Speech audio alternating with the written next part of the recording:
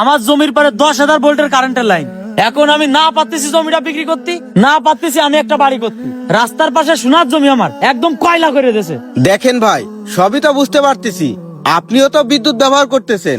আপনার বাড়িতে তো টিভি, ফ্রিজ, মোটর, ফ্যান এগুলো ব্যবহার করেন। আপনার বাড়িতেও বিদ্যুৎ কিন্তু কারো না কারো জমির উপর দিয়েই গেছে। এই বিষয়টা আপনি একটু বোঝার চেষ্টা করেন। আচ্ছা ভাই, আমি আপনার কথা বুঝলাম, কিন্তু আপনি আমার একটা কথার উত্তর দেন।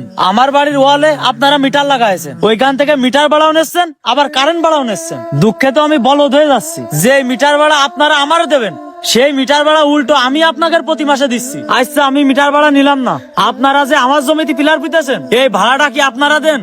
আরে ভাই, আমি তো দেখেছি আপনি আচ্ছা পেশালে লোক। উচিত কথা কতি গেলি আচ্ছা পেশালের লোকই হয়ে জাতি হয়। আমি কি একটা কথাও ভুল বলেছি? 10 বছর ধরে আপনাদের কোম্পানি আমার জায়গায় পিলার পিতে রেখেছে, কই আমাকে তো 1 টাকা ভাড়া দেন না। আরে ভাই, এইসব ফালতু কথা বলার জন্য আপনি কি আমার এখানে ডেকে নিয়ে আসেন? হাতে কত কাজ পড়ে আছে আপনি জানেন? আপনার যদি এত সমস্যা থাকে আপনি অফিসে গিয়ে কথা বলেন। দুনিয়ার লোকের সমস্যা হচ্ছে না, যত সমস্যা আপনারই হচ্ছে। এইসব কথা আমাকে বলে লাভ নেই। এক পিলার ফুটতে এসে আস্থা মুসিবতে পড়লাম আমি। ও ভাই, আপনি আমার কথা রাগ করেন না। আপনি এক কাজ করেন, আপনি অফিসে চলে যান। আপনি অফিসে গিয়ে বলেন একটা অসহায় লোকের জমিতে পিলার পুঁতেছি, তার ভাড়া দেওয়া লাগবে। এই 10 বছরে আমার জমিতে পিলার পুঁতে রেখেছেন, যত বকেয়া টকেয়া আছে সব আমারে দিয়ে যাওয়া লাগবে, না আমি পিলার পুঁতি দেবো না। আর একটা কথা শোনেন, আমার বিদ্যুতের বিল দিতে 2 দিন দেরি হইলো, তার জন্য আমার জরিমানা কষিল।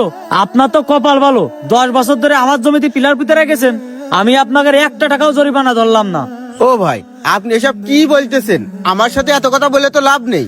আমি তো আপনাকে বারবার করে বলতেছি যে আপনার যদি এত সমস্যা থাকে আপনি অফিসে চলে যান। অফিসে যাব না, ওই জরিমানার টাকা আপনাদের কোম্পানির মাফ করে দিলাম।